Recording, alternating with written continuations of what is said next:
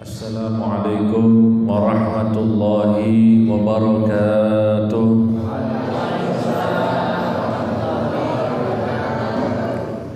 Allahumma sholli ala Muhammad.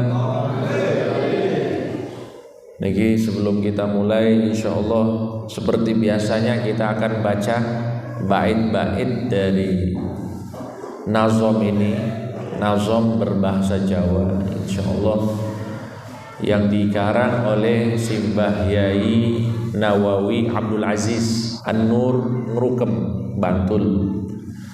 Yang mengijazahi ini kepada saya putranya beliau, karena saya tidak menangi Mbah Nawawi, Kiai Haji Muslim bin Nawawi. Ini beliau izinkan saya untuk mengajarkan ini kepada seluruh jamaah. Mudah-mudahan penuh barokah dan manfaat, karena kitab ini insya Allah meskipun tipis, kecil, tapi insya Allah mengumpulkan banyak ilmu-ilmu, apalagi ilmu-ilmu dasar terkait toharo, bersuci, dan juga sholat. Ngaten nggih? Halo. Halo. Ibu-ibu kok ngantuk niki? Masya Allah, niki Masya Allah akhir-akhir niki kemarau nggih. Masya Allah, saya ini termasuk yang korban kemarau niki, kekeringan. Tapi mudah-mudahan isi dompet tidak kekeringan juga niki. Kalau isi dompet kekeringan niku bahaya niki. Mudah-mudahan barokah rotib, barokah kita zikir kepada Allah, hajat dan keperluan cita-cita kita dikabulkan oleh Allah Subhanahu wa taala. Dan mudah-mudahan kita yang ada di sini yang masih malas-malas jadi rajin ibadah. Yang masih susah hidupnya menjadi senang hidupnya. Dan mudah-mudahan kita yang sudah istiqomah semakin istiqomah. Amin amin ya rabbal ya rabbal. Hadronya siap nggih? Salatullah salamullah ala Taha Rasulillah. Salatullah ala Yasin Habibillah, ala Yasin Habibillah. Mugi Allah paring rahmat, salam ing Nabi pungkasan, nuli keluarga sahabat lan anggota malam salasan, lan anggota malam selasan. Salatullah salamullah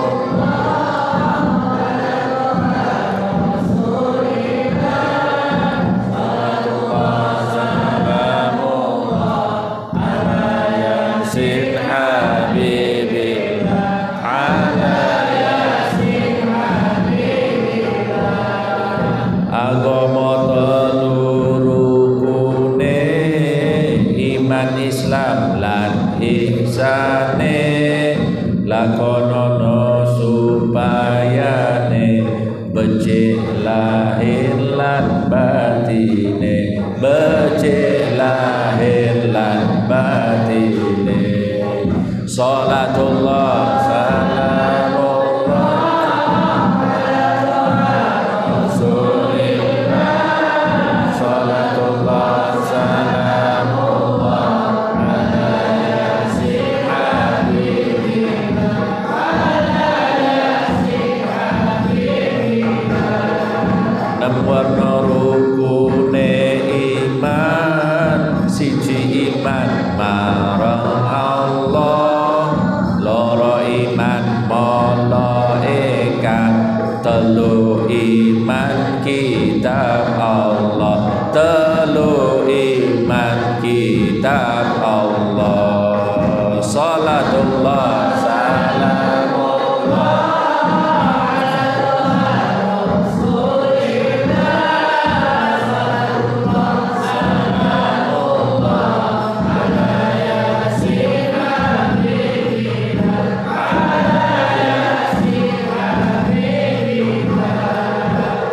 iman para rasul, 5 iman dino akhir, 6 iman marang pesen Allah bagus saking Allah, Allah bagus saking Allah.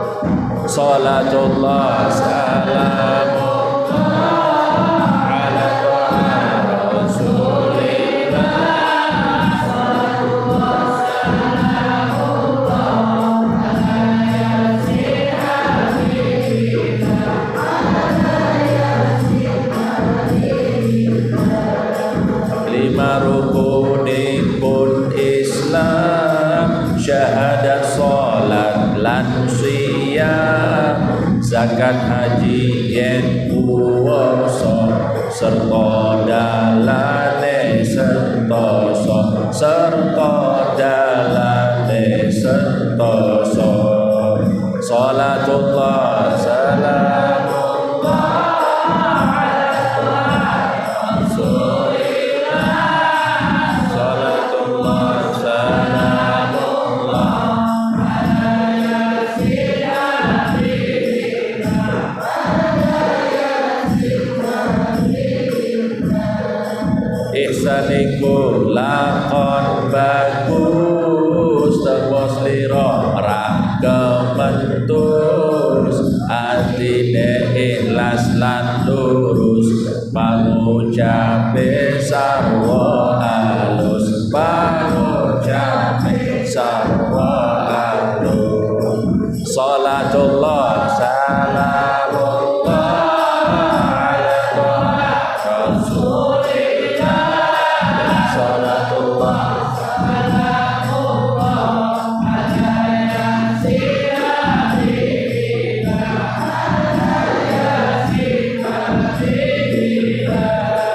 Nyembah marang Allah nyoto, kaya weruh kasat mata, ra orane ujung rasa, Allah iku tansah pirsa, Allah iku tansah pirsa. Salatullah salamullah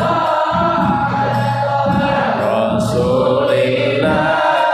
Salatullah salamullah ala yasin habibina, ala yasin habibillah.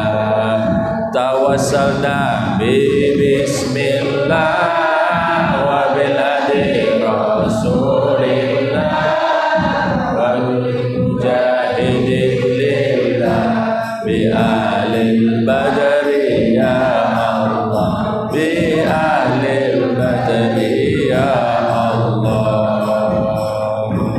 Sallu ala Nabi Muhammad. Alhamdulillah.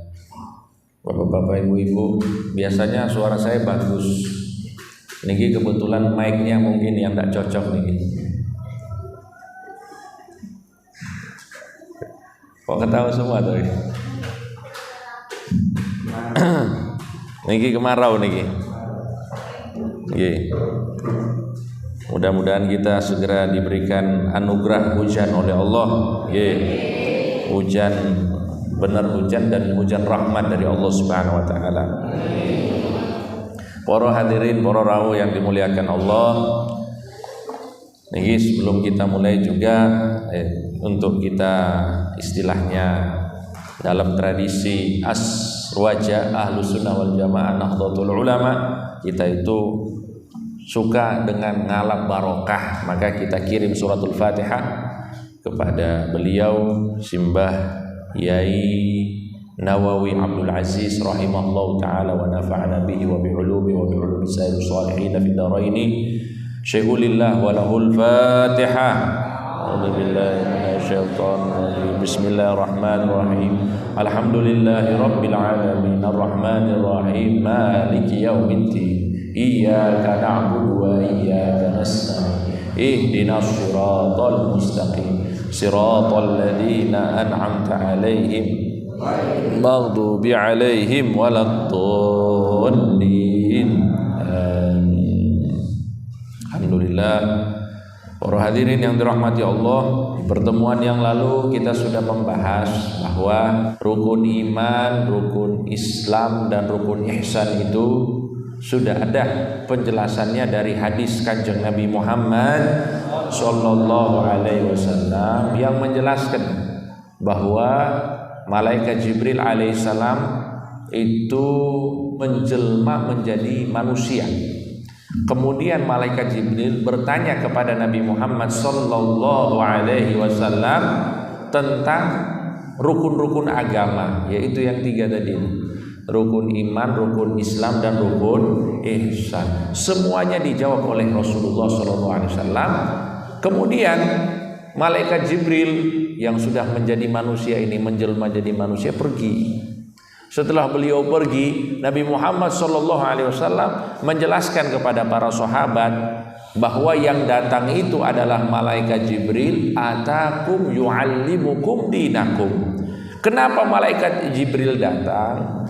Kemudian bertanya kepada Rasulullah tentang perkara agama. Bukan malaikat Jibril ingin belajar dari Rasulullah, tapi malaikat Jibril ingin mengajarkan kepada kalian wahai para sahabatku dan kepada kita umat Rasulullah sallallahu alaihi wasallam bahwa agama kita ini tidak akan sempurna kecuali dengan 3 hal ini.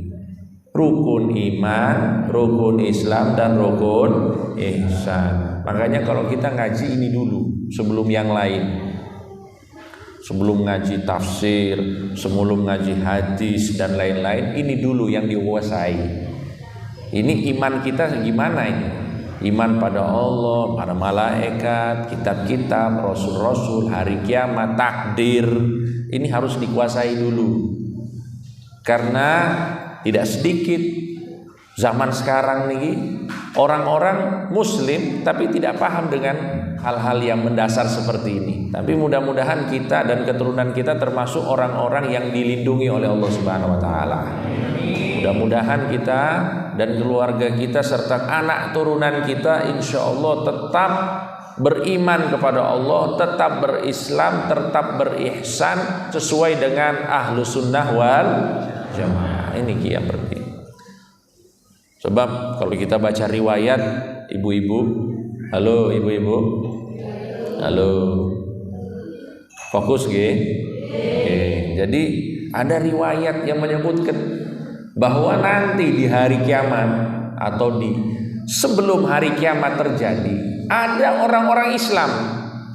Kalau bahasa kita sekarang Islam KTP, identitasnya Islam. Tapi pengetahuannya tentang Islam itu nyaris tidak ada. Mereka mengucapkan la ilaha illallah. Tapi mereka bilang apa? Kana abauna yaquluna hada wa nahnu naqulu kama yaqulun. Dulu orang-orang tua kami mengucapkan la ilaha illallah, maka kami ikuti. Tapi kami tidak tahu maknanya apa. Na'udzubillahi min dzalik. Makanya kita jangan sampai demikian. Ya mudah-mudahan itu tidak terjadi kepada kita dan anak keturunan kita. Amin ya rabbal alamin. Para hadirin yang dirahmati Allah. Nah di sini kalau untuk beriman kepada Allah, beriman kepada malaikat, insya Allah pun ngertos nggih. Iman kepada Allah berarti kita harus yakin kepada Allah bahwa Allah itu adalah Tuhan yang menciptakan kita, Tuhan yang memberikan kita rezeki. Ngaten nggih? Jadi kalau kita minta sesuatu, mintanya sama siapa ibu-ibu? Minta sama Allah. Kalau kita dapat rezeki dari orang lain, yang ngasih sesungguhnya itu siapa? Allah. Niku iman. Niku iman. Jangan sampai ada orang baik kepada kita membuat diri kita itu terhijab dari Allah. Jangan sampai kita menganggap bahwa semua kebaikan-kebaikan yang ada di dunia ini berasal dari makhluknya Allah. Tapi seorang mukmin, orang yang beriman itu selalu memandang bahwa sumber nikmat, sumber rezeki itu datang dari Allah. Hanya saja di dalam dunia ini tidak ada sesuatu yang instan. Jenengan doa, ya Allah, saya mau rumah, tiba-tiba langsung muncul rumah. Ya Allah, saya pengen mobil, tiba-tiba datang mobil sendiri. Wah, itu tidak ada di dunia. Itu ada di surga, ibu-ibu. Halo. Jenengan kalau di surga, ya Allah, saya minta makan, langsung muncul. Karena surga itu tidak mengenal sebab. Tanpa sebab, tanpa usaha, tanpa ikhtiar, langsung datang. Tapi kalau di dunia memang Allah sengaja buat seperti ini. Kita disuruh untuk ikhtiar, mencari sebab. Tapi semua ikhtiar, semua sebab yang memudahkan siapa? Allah. Saya yang kerja, saya yang cari uang. Iya, jenengan kerja, jenengan cari uang, yang ngasih hidup siapa? Halo. Yang ngasih sehat siapa? Berarti Allah Subhanahu wa taala yang ngasih semuanya, tapi itu melalui jalur ikhtiar. Maka inilah kita beriman kepada Allah Subhanahu wa taala. Kemudian iman kepada malaikat. Nah, malaikat pokoknya mereka adalah makhluknya Allah yang tercipta dari cahaya, dan sifatnya malaikat itu beda dengan manusia. Mereka tidak pernah bermaksiat kepada Allah. Malaikat itu tidak pernah bermaksiat kepada Allah. Kalau ada kisah begini, ibu-ibu, bapak-bapak pernah dengar? Katanya ada malaikat yang turun di muka bumi ini, 2 malaikat. Atau bukan yang inilah, yang lain aja. Fasajadal malaikatu kulluhum ajma'un illa iblis. Ketika Allah memerintahkan para malaikat untuk sujud kepada Nabi Adam, semua sujud kecuali siapa? Iblis. Iblis. Ini kan kalau kita bilang begini, bapak-bapak, ibu-ibu, semua jamaah masjid An-Nafi' dapat berkatan. Semua jamaah masjid An-Nafi' dapat berkatan, kecuali saya. Halo. Wah, ini agak mengawang-awang lagi. Ini tanda-tanda bahwa kita sudah ngantuk semuanya. Semua jamaah masjid Nafi' dapat berkatan kecuali Ustaz Asep misalnya. Berarti apa? Berarti Ustaz Asep ini bagian dari jamaah atau tidak? Bagian dari jamaah. Wah, berarti semua malaikat sujud kecuali iblis. Berarti iblis ini dari kalangan malaikat. Halo. Pernah dengar begitu ibu-ibu? Bahwa yang orang makhluk yang bernama iblis ini katanya apa? Malaikat. Ah, ini bukan seperti itu. Yang benar bahwa iblis ini bukan golongan malaikat. Iblis itu dari golongan jin. Jadi jin dulu itu adalah penduduk surga.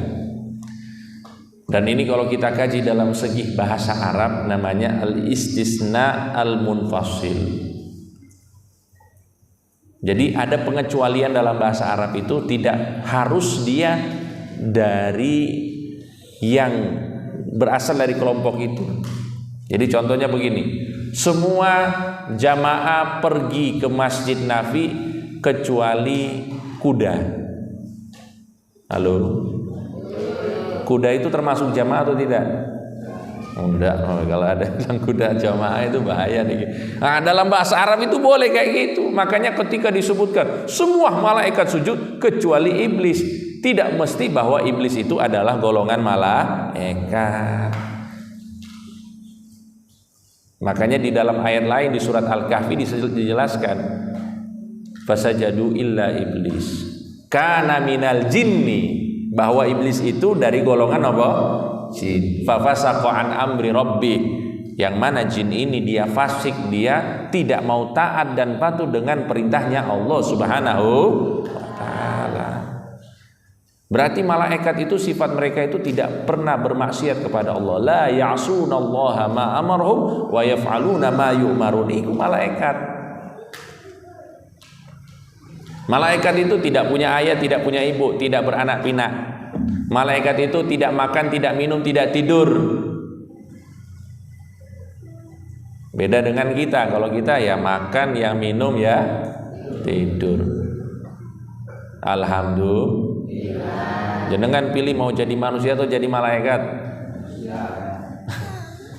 Jadi manusia nggih. Enak jadi manusia, bisa makan, bisa minum, bisa tidur, masuk surga. Amin Allahumma.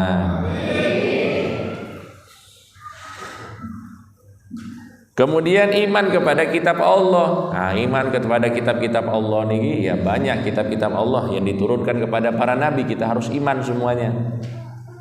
Yang sudah jelas dalam Al-Qur'an, misalnya Zabur, Taurat, Injil, Al-Qur'an, suhuf, lembaran-lembaran yang dikirimkan kepada atau yang diwahyukan kepada Nabi Ibrahim dan Nabi Musa alaihi salam. Suhufi Ibrahim wa Musa.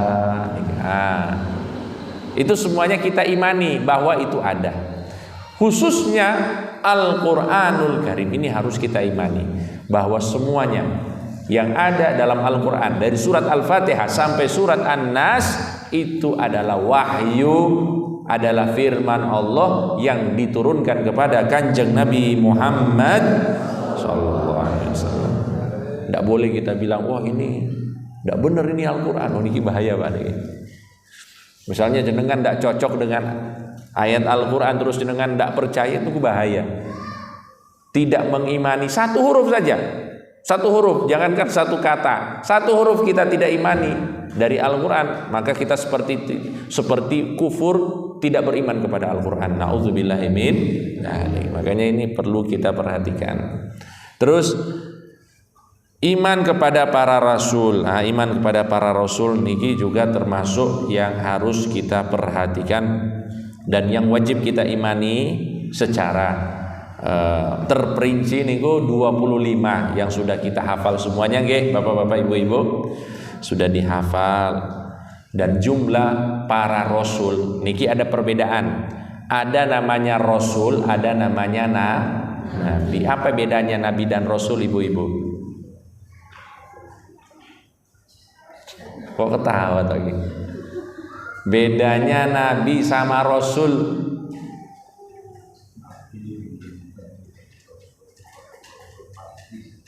Masya Allah. Nabi belum tentu jadi rasul, sedangkan rasul sudah pasti jadi nabi.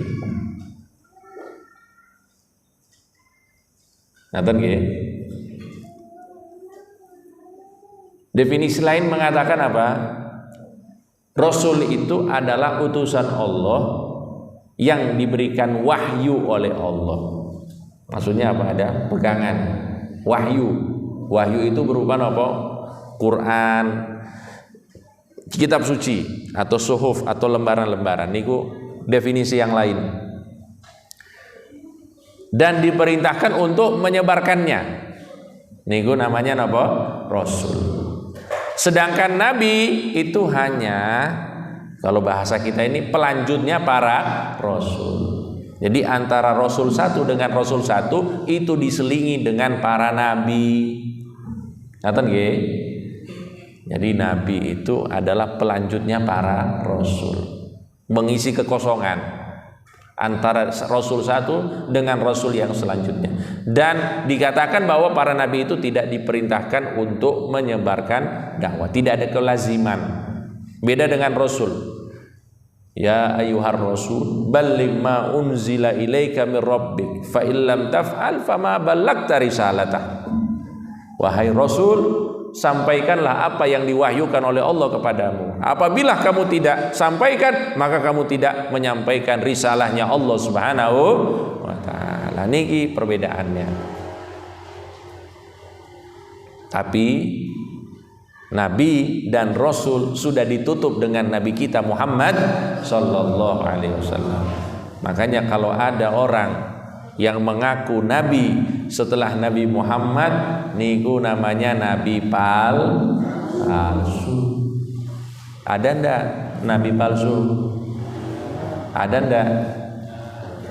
Ada nggih? Orangnya hadir ndak? Bahaya nih. Nabi palsu. Ada nabi, oh banyak di Indonesia, Masya Allah nabinya banyak nih. Makanya ada buku karangan nih, Nabi-Nabi Indonesia. Masya Allah. Ini nabi-nabi Indonesia maksudnya nabi-nabi palsu yang ngaku-ngaku jadi nabi. Bahkan di Indonesia ada juga yang mengaku jadi malaikat Jibril juga ada. Ibu Lia Eden. Nah, ini jadi malaikat. Dalam keyakinan kita tidak ada nabi setelah Nabi Muhammad sallallahu alaihi wasallam. Dan jumlah para rasul itu ada 313. Jumlah para rasul. Yang kita ketahui cuma 25. 313 dari 25. Berarti sisanya wallahu a'lam. Jumlahnya para nabi 124.000. Banyak nggih Pak? Banyak. Jenengan kalau mau cari itu susah sekali kalau dikumpulkan satu-satu. Cuma inilah keterangan para ulama kita tentang jumlahnya para nabi dan rasul. Makanya angka 313 dalam tradisi Ahlussunnah wal Jamaah niku angka keramat, Pak. Jenengan pernah dapat wiritan jumlahnya berapa? 313 niki jumlahnya para rasul nih. Atau wirid 124.000. Niki juga jumlahnya para nabi. Termasuk angka-angka keramat. Semoga kita semuanya mendapatkan barokah para nabi dan rasul. Hadirin yang dirahmati Allah. Kemudian iman kepada dino akhir, ya, iman kepada hari akhir niki juga termasuk yang harus kita yakini bahwa akan ada hari yang disebut dengan hari akhir. Hari akhir itu artinya hari yang tidak punya malam. Karena satu hari itu ada siang ada malam. Kalau hari akhir itu cuma ada siang, malamnya tidak ada. Makanya disebut dengan hari akhir. Dan hari akhir itu kata para ulama, kenapa disebut Nabi hari akhir? Penjelasan kepada kita bahwa hari kiamat itu terjadi di siang hari, bukan di malam hari. Karena yaum kata yaum dalam bahasa Arab itu artinya apa? Hari. Hari itu ya pagi sampai sore nih. Terus juga termasuk iman kepada hari akhir itu bahwa nanti pada hari akhir Allah Subhanahu wa taala akan memerintahkan salah seorang malaikat yang bernama Israfil untuk meniup sangkakala. Halo. Meniup napa? Sangkakala. Katanya sekarang ibu-ibu sangkakalanya udah dipegang nih. Sangkakalanya udah siap-siap nih. Beliaunya ini sudah siap-siap niup sangkakala. Masya Allah. Sudah siap-siap. Tiupan yang pertama akan menghancurkan semuanya. Tiupan yang kedua akan membangkitkan semua yang sudah meninggal. Berarti ada dua tiupan sangkakala. Tapi ada sebuah riwayat yang menyebutkan bahwa malaikat Israfil sekarang sudah siap-siap untuk niup sangkakala. Ketika ada manusia di muka bumi ini mengucapkan la ilaha illallah. Disebutkan dalam riwayat akharaha sab'ina kharifa, ditangguhkan, ditunda peniupan sangkakala itu sampai 70 tahun. Alhamdulillah. Makanya tahlilan terus nggih, Pak. Tahlilan terus supaya ditunda terus nih. Ditunda terus enggak jadi hari kiamat insyaallah. Karena wah Masya Allah, jenengan jangan bayangkan hari kiamat itu enak kayak lihat festival. Wah, na'udzubillahi min dzalik. Orang yang melihat hari kiamat itu adalah orang yang paling buruk di muka bumi ini. Makanya insya Allah kita dan keturunan kita insya Allah tidak ada satupun yang melihat hari kiamat. Karena nanti sebelum hari kiamat akan ada angin yang berhembus, yang mana angin itu apabila dihirup oleh orang yang beriman, meskipun keimanannya hanya sebesar biji atom, maka dia akan meninggal sebelum hari kiamat.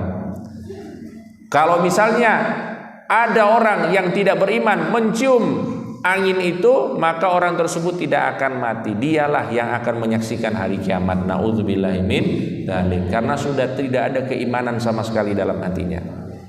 Makanya kita mudah-mudahan hidup dalam keadaan iman, wafat dalam keadaan iman, dibangkitkan dalam keadaan iman. Amin amin ya rabbal. Terakhir. Wah. Ibu-ibu semangat kalau udah bilang terakhir nih. Tapi nanti pertemuan depan hadir gak Ibu? Insyaallah hadir insyaallah nggih. Nah ini yang keenam niki, iman marang pesten, iman dengan takdir. Ya, takdir bagus buruk itu datang dari Allah. Jadi kita yakin ada takdir baik, ada takdir buruk. Saya mau tanya, orang yang hidupnya sepanjang hidupnya itu dia melarat, niki takdirnya baik atau buruk?